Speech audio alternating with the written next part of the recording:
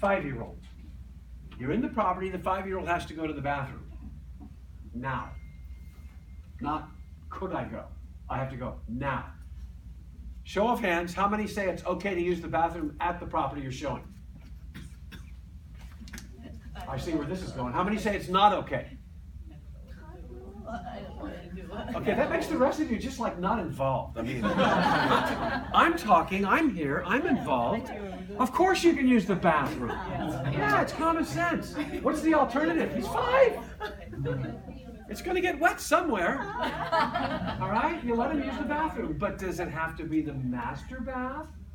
No, use your head. If there's a downstairs half bath, maybe near the utility room or something, use that. That's fair. If the property is vacant, there's one thing you should do before anyone uses a restroom. Do you know what that is? Water. Yeah, flush the toilet. Make sure there's water in the property. Okay? Not good. All right? Just not good. Do not leave something behind. Don't do it. Some people are walking through the property, they're chatting, they're doing there, the sellers are there, and every once in a while, some clients have voices a little louder, like possibly my own, right? And they might be walking through and they'll be thinking, what were they thinking? How could they possibly have thought that this bathroom in this location with that tiny little shower was even worth installing? I mean, the seller's around the corner going, yeah, I'm really happy to hear that. Evidently you don't want my property. Don't say dumb stuff in front of sellers. In fact, are the sellers your clients? They are not. You're representing the buck. This is a circumstance where you're showing a property that you do not have the listing on. You're showing your buyers the property. It's on the MLS. Those aren't your clients. So don't talk to them about things, okay? You could easily cross the line like Carl was talking about and kind of violate that agency relationship. It's as simple as that. When I have sellers, if they're living in the property, I counsel them one way. There's, oh, what should we do when people, should we leave? I said, no, you don't have to leave. But what you want to do is this, Mr. or Mrs. Seller. When someone comes to show the property in your home, excuse yourself someplace. This last one I just sold, they had a large covered patio in the backyard that they loved. They spent all their time, had a TV out there, everything. Just tell them that you'll be out on the patio in case they have any questions, and just please let us know when you leave. That way, if they have questions, they're there, right? They know where they are, and they're not going to be in the way. That's a good thing. That's okay. But don't say bad stuff in front of sellers. Wait for you. Well, it used to be we'd get the truth back in the car, but now you're in 2 separate cars, so, well, how's that working for you? What do you do when there's multiple agents? You go up to the property and it's like, oh, it's a crowd. Does that ever happen to you guys? It'll happen from time to time, especially with inventory as low as it is. So, first of all, and this is going to cover a couple of slides worth. In other words, I'm going to say things here that we're going to run across again a little later in the presentation, which is short, don't worry. But the bottom line is that suppose you go up there and you made an appointment with the seller, you know they live there, and they said, oh, we're not going to be home, you're going to come by at 3, that's fine. You go there, you knock on the door, they don't answer, great. And you go to get the lockbox, and you go to open it, and you go, oh, whoa, there's the little drawer is missing, and the door is locked, okay? So you knock on it again. That's probably what's going on is someone is inside showing the property, all right?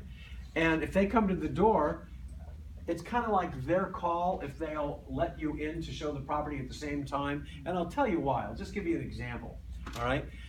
Possibly they're back there for the 3rd time and they're making their final pass, right? The offers are due tomorrow. We want to find out if we really want this house. And as they're walking through, they're kind of discussing strategy a little bit. Is that something they want other brokers to hear and their buyers to hear? Probably not. And they're not going to probably be there really a long time. So you've got to kind of honor that.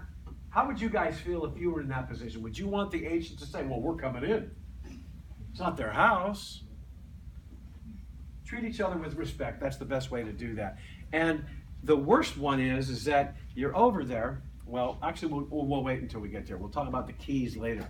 And you want to advise your clients about safety. If you're representing a seller, jewelry, guns, medication, all those types of things, put it away. Put it someplace where thhere they're not going to be there. I had a client, I just sold their house. It's a big house, and he had this really cool custom walk-in closet.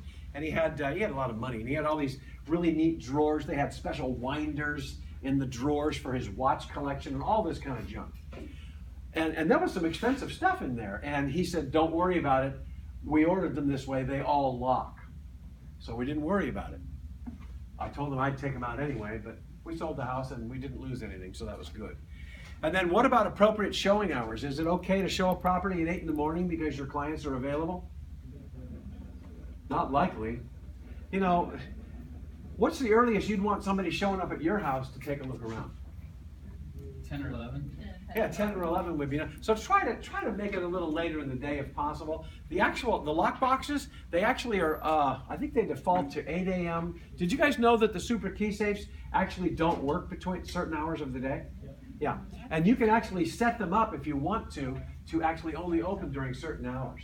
I don't recommend that only because the only time I ever did it, I forgot to change it back and I had a headache for a week.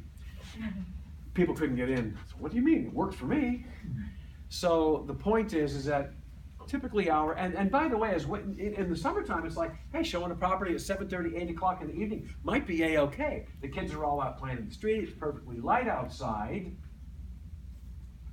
But in December, that might not be such a good idea, right? People are home.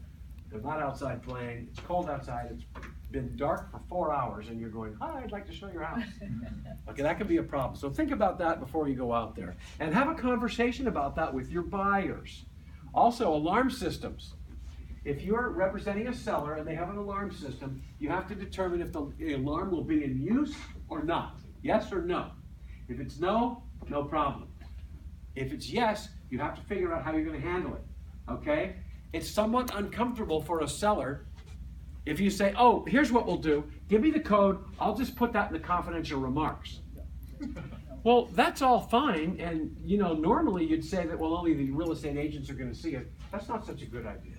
Okay? What you're going to do is you're going to put something else in the confidential remarks. You're going to say, do not show without calling me first. There is an alarm system on the property. You must text me in advance. I will give you the code to the alarm. If you show the property without the code, what happens?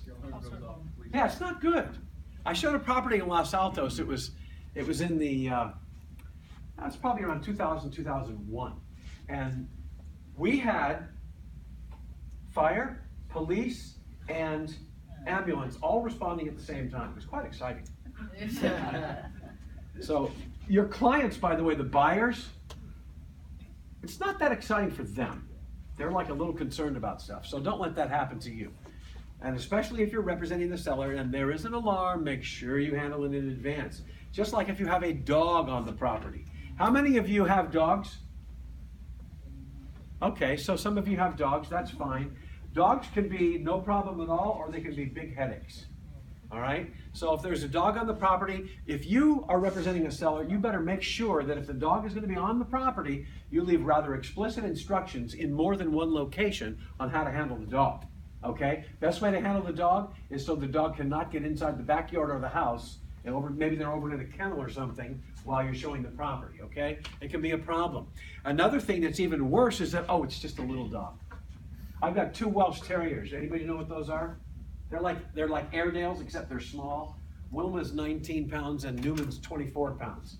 If our house was on the market and you went in there and you accidentally let one of my dogs out and the dog took off, because it will, my wife will hunt you down. Former sheriff, she's a good shot. The point is that dogs are kind of like children to a lot of folks. Do not mess with those, okay? Make sure that whatever you do, you know, and if they're, say, and suppose the listing agent says, there's a dog on the property, but it won't be a problem. I'm on the phone to a listing agent and say, tell me exactly how and why it's not going to be a problem, because I don't want to let the dog out. I don't want to let him in the house. I don't want, just tell me. And they'll, oh wow, I hadn't thought about that. Thanks for bringing that up. Yeah, no, and then they'll tell you what to do usually. Does that make sense? Yeah, be careful about dogs, cats, any kind of thing. Most of us aren't driving clients around very much, so this will go kind of quick. You know, by the way, if you get a ticket while driving your client around, bad. Okay? If you run the stop sign, not good. If you're speeding, you know, that kind of stuff, they get a little they get a little concerned about that. If you run out of gas, for example, bad, very bad. All right. So these kind of things, you know, you don't have to think much about it. But I'll tell you this: I've noticed that since cars have GPSs these days, you know, back in '86, the old days, we had these things called locates. You know, they were 14-inch long and 8.5 inches tall, and they were just, and you have to go, and all the streets, and you have to get a new one each year because, heaven forbid, we might have a new street, right? And so we'd get the locate, we'd print out the copies of the ones that we needed, the pages, and then we would mark on them with a highlighter where the properties were. Then we'd sit down and we'd get the person that sat in the passenger seat, whatever client sat there, they would be directing me on where to go. Because you can't look at the map and drive at the same time. But eventually, I got to know a lot of this valley very well. I mean, I could go almost anywhere. I didn't need a map. Where's it? 857 Foothill. Oh, I know where that is. No, that's no problem. We got that. Well, now I've been using my GPS for so long, it's like, I don't remember how to get to these places anymore, you know? So that's fine. They generally get you where you're going, but you know, you want to be careful about that. By the way, parking is always an interesting thing. Let's say the property's vacant and you know it. This is another minor test. Who says you can park in the driveway?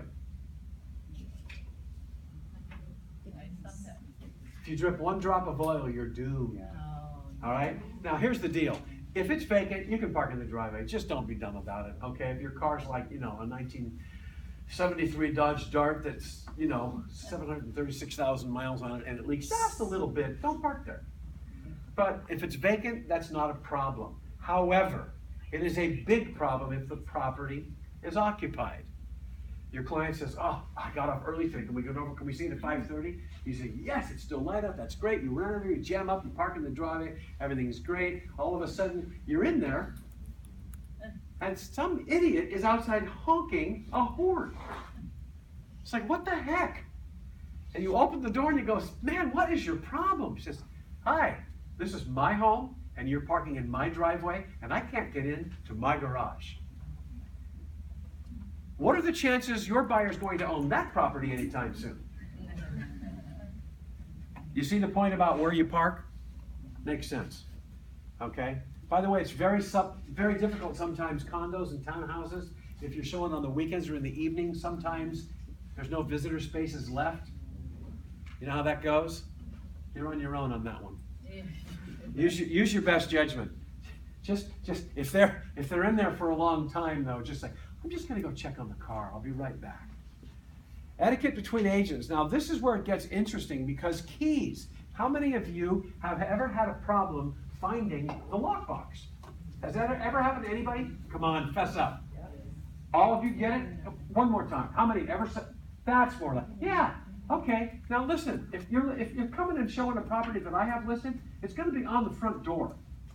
Why is it on the front door? Well, first of all, it's easy to find. Second of all, if it's raining that day, you're on the front porch. You're probably not going to get drenched. And third of all, if you're a woman who is wearing heels like those, you're not going to have to walk across the soggy lawn and go sinking down. It's like, what the heck is wrong with these people? Put the stupid thing on the front. Oh, but it's got a special Baldwin lock set. It's not going to hurt it. All right, fine. Special Baldwin lock set. Last slide, I'll show you how to fix that too.